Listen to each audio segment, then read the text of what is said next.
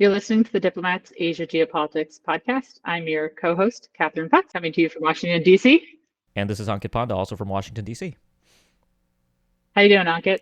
Good, Katie. Hasn't been too long, but good to be back. We got a lot to talk about today. We do. We are back with the other major summit, obviously not as important as China and Central Asia, but we are going to talk about the G7 summit today, which took place over the weekend in Hiroshima, Japan. Japan was the host of the summit. Ankit, what are the major takeaways from this summit? Sure. So I think there were a lot of expectations going into this G7. Prime Minister Kishida of Japan had sort of indicated his agenda for a while. Obviously, the fact that the summit was taking place in Hiroshima, precisely at a moment when Russia's been issuing nuclear threats, was a big focus. So, one of the outcomes, for instance, is this new Hiroshima vision on nuclear disarmament, which was issued by the G7 leaders on May 19th, which is an interesting statement. There's a lot on China. We sort of look at how the G7 has handled China over the last few years, and there's a clear trend line. The G7 communique in 2021 mentioned China 4 times, and then 14 times last year in 2022, and now we're up to 20. And the big takeaway for me on China is effectively the G7 formally adopting, in a way, the, quote, de-risking framing of managing economic competition with China. I think the way to think about de-risking is that it's somewhat of a substitute for what folks had been calling decoupling, in that it's meant to be less absolute in what it communicates to the global south and the outside world about the G7 countries' intentions regarding China. The idea is not to completely decouple, as it were, but to manage the kinds of risk that come from economic exposure to China, including the risk of economic coercion. We can talk a little bit about the background here, Katie. It's basically, I think, the way I see it, it's a somewhat of a compromise between the United States and the European members of the G7 and Japan, who have a somewhat different set of concerns when it comes to managing the economic relationship with China. There was also, I think, a lot that happened outside of the G7 itself. There was a U.S.-Australia summit, right? On the last podcast, we talked about how Biden ended up canceling his trip to Australia, but he was still able to meet Prime Minister Albanese of Australia in Hiroshima. There was a Quad summit as well, which, again, on the last episode, we talked about how that was supposed to happen in Australia, and Biden shortened his trip, but the Quad leaders were still able to meet in Hiroshima briefly, and they announced this pretty interesting agreement on undersea cable security as part of the Quad's broader commitment to a free and open Indo-Pacific. So that's kind of the top line overview of some of the things that really stuck out to me about the G7. I wouldn't say I was necessarily surprised by too much. Well, perhaps the surprise that I guess caught a lot of people off guard was President Zelensky of Ukraine showing up in person to Hiroshima. There were some rumors that he would do that. It was announced about a day before he actually got there, but his presence there was certainly a show stealer. I guess there was a deep degree of symbolism, I thought, to Zelensky kind of speaking in Hiroshima, right? Hiroshima is somewhat synonymous, of course, with the first use of an atomic weapon in war, but if anything, Hiroshima also stands for resilience and the ability to rebuild. I mean, it's a vibrant city today, despite having been flattened by the United States in 1945. And so having Zelensky in Hiroshima, right, as he was getting some particularly bleak news from the battlefield back home, I think also stands out. So a little bit of a long-winded answer for you there, Katie, but those were some of the things that jumped out to me. I'm wondering if anything there kind of draws a reaction from your end. Yeah, I mean, I think it was certainly an interesting summit and came at a quite momentous time. We reflected last week when we talked about the China Central Asia summit that, while China and Central Asia were meeting, the G7 was about to meet, and Russia was in attendance at neither of these meetings. Obviously, it wouldn't be invited to the first one, and as of 2014 is no longer a member of the what had been the G8, now the G7 club. So I was interested to see Zelensky show up at the summit. Mm-hmm. We're sort of hearing not great news from Bakhmut, for example, but, there was definitely a lot of symbolism that I do want to come back to this idea of the de-risking as a sort of more sellable version of decoupling. Is that an accurate way to kind of interpret that? Because it's sort of, for years we've been talking about decoupling, and the concerns that that idea, meaning sort of detaching from China in particular, uh, that causes concern in the quote unquote global South. How is this de-risking framework a little bit of an easier pitch? Yeah, I mean it's sort of an exercise in branding, I think, right? I think some folks in the Biden administration would disagree with my framing of decoupling and de-risking as being two fundamentally opposed ideas. But I think from the perspective of Paris and Berlin and Tokyo, I think de-risking is a lot more palatable. Decoupling in sort of the most extreme frame, I think, is just impractical. The complete disintegration of the Chinese economy from the United States, from the advanced democracies in the G7, just hasn't been seen as practical. And so the de risking framing, I think, helps clarify some of what the G7 countries are more comfortable about. And here, I think, I should also mention this was the first G7 summit where we got a completely standalone statement on economic resilience and economic security, right? This has been framed in some press reports as part of the G7's counter economic coercion agenda, basically depriving China of the ability to coerce these countries by virtue of the interlinkages that exist economically. So this statement has a lot on resilient supply chains, which of course has been a theme for several years now, something that really cropped up during the Trump administration, accelerated during the COVID years, and continues to remain relevant. There's a focus on resiliency in critical infrastructure across the G7 countries, responding to non-market policies and securing global economic resilience. And then the statement includes a whole section on economic coercion. And this one it's pretty interesting. I think there's a lot that's said here that I think still needs kind of fleshing out in detail about how the countries are going to go about doing this. So, the statement acknowledges, for instance, the importance of existing joint efforts of the World Trade Organization to limit anti-competitive practices and coercive practices. But the G7 will be launching a coordination platform on economic coercion. And this, I'm just reading the statement here. It says this will increase our collective assessment, preparedness, deterrence, and response to economic coercion, and further promote cooperation with partners beyond the G7. I think it remains to be seen how that will practically come to fruition. But there's a lot here on economic competition and economic governance. I think that's definitely a big takeaway from the last couple days in Hiroshima. Now, my sort of next question for you, Ankit, there were a number of guests invited by Kishida to also attend the summit. Mm-hmm. You mentioned Australia already, but India, Brazil, South Korea, Vietnam, Indonesia, Comoros, and the Cook Islands. What do you make of that group being invited? Is this maybe I'm just not remembering the last G7 summit? Is this normal to sort of invite an array of other countries to come, or was this something that's new and should be remarked upon? So there have been outside leaders that have participated in the past. I want to say the scope this time is larger. At least it seems larger to me, but listeners shouldn't quote me on that. It's possible that there have been more leaders in the past. But obviously there's a certain amount of overlap here with other multilateral arrangements, right? South Korea's inclusion is rather unsurprising given the somewhat accelerating trilateral cooperation between the United States, Japan, and South Korea. Kishida had also just gone to Seoul earlier this month, and so inviting Yoon to the G7 was something that I think was rather logical.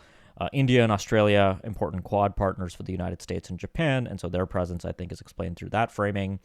Comoros is the chairperson in 2023 of the African Union. Brazil is the chairperson of the Amazon Cooperation Treaty Organization, and obviously a major regional actor in Latin America. And similarly, Vietnam and Indonesia have been two important partners for the United States and Japan in Southeast Asia, and have tremendous relevance within ASEAN there. So I think there's basically an intention here to have the G7 not really just be seen as this club of advanced democracies, which is of course what the organization is, but also that the G7 is in a way consulting with members of the global South and so-called non-aligned countries as it sort of moves ahead on its own priorities. So I think that's the general rationale behind including these countries here. And of course, there's a lot that I didn't mention that becomes relevant to many of these countries. There was discussions of climate and climate resiliency, on environmental issues, on energy. So having this broader array of countries participate, I think, makes sense when viewed through that frame as well. Great. And then I wanted to return to the mention of the Quad. Obviously, we can't really talk about a full Quad summit because that didn't happen. But you mentioned an undersea cables agreement. Now, I think for some listeners, maybe undersea cables are a little bit obscure.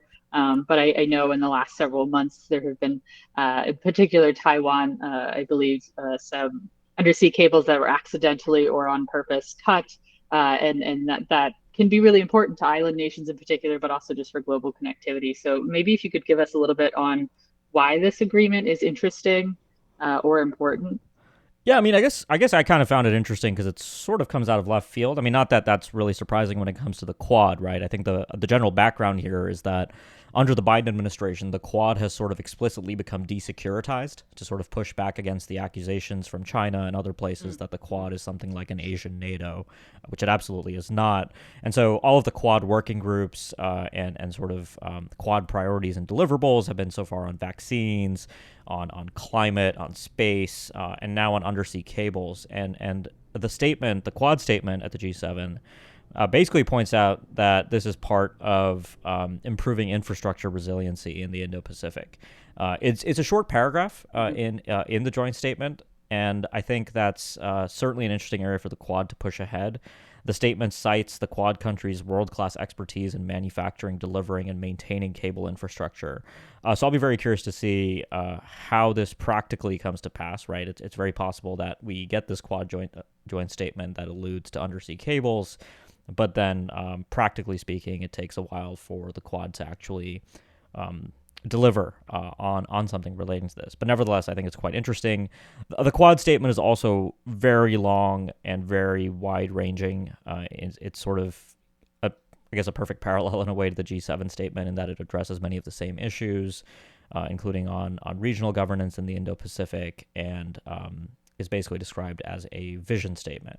So I'm guessing a lot of this, of course, was intended for the original Quad summit in Australia, but having the ability to meet in Hiroshima still allowed the leaders to push out this vision statement here.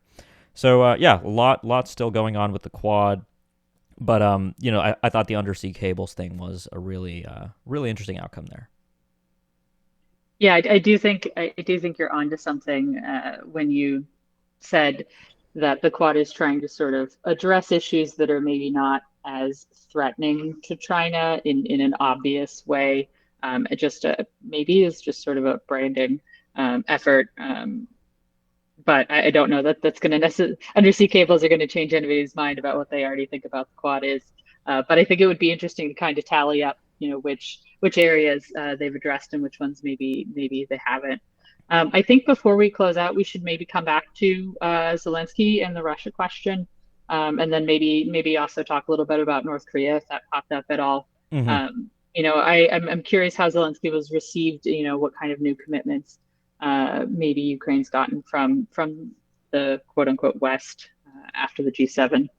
Well, the big news on the Ukraine front is the F-16 issue, with Biden sort of saying that the U.S. would be open to third countries giving Ukraine F-16 fighters, and that the United States would potentially be willing to train Ukrainian pilots.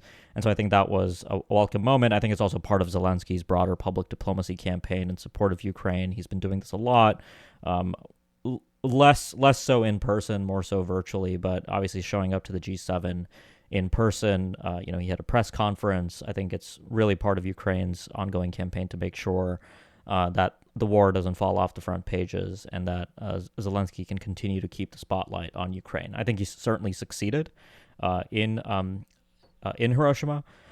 Just briefly, before getting to North Korea, I just want to say a little bit on the nuclear disarmament vision, because that was really interesting. Obviously, it's a particularly difficult time, I think, for the G7 to realistically push forward the cause of nuclear disarmament, given the growing salience of nuclear weapons, particularly by countries like Russia, North Korea, and even China, which is undertaking a nuclear buildup. But this statement is really interesting. It sort of comes to grips with some of the factual negative trend lines in insofar as nuclear weapons are concerned. But there's a clear sort of condemnation of Russian nuclear threats, a call on China to be more transparent and engage in dialogue concerning its nuclear arsenal. There's regret about Russia's decision to recently undermine the New START treaty with the United States and return to implementing that treaty. And yes, the you know the this vision statement and the G7 joint statement both address North Korea. I'll be honest with you, Katie. The North Korea language feels a little phoned into me. It's sort of, if you had ChatGPT sort of write a G7 statement on North Korea, I'm sure you'd get very similar language. Not much has changed on North Oh Korea, no. and everybody, I think, acknowledges that very little is likely to happen in the short term. So basically, the G7 says that North Korea will never have the status of a nuclear weapon state under the NPT, and North Korea must abandon its nuclear programs in a complete, verifiable, and irreversible way, in line with relevant UN Security Council resolutions. So it's basically a laundry list of all the concerns the G7 states have about North Korea. What's telling, of course, well, I don't know if it's an of course, but I thought it was interesting that the North Korea and Iran paragraphs were just kind of mashed together in the Hiroshima vision on nuclear disarmament. I don't know if there's kind of a sense of foreboding there about where things are going with Iran, but that too, I think, sort of speaks to just how low expectations are right now on both Iran and North Korea. I think we probably hit the major ones today. I know there's other things we could talk about, Katie, but anything else before we close out? No, I think you addressed the major points. I guess the only thing I'd add is the it is interesting to sort of put North Korea and Iran next to each other as a small part of this larger agenda. But I think that goes to illustrate just how big of an agenda the G7 has when you look at the global scope of its interests. You start to try to highlight areas where work can be done, and then there's North Korea. Yeah, no, there's certainly a lot.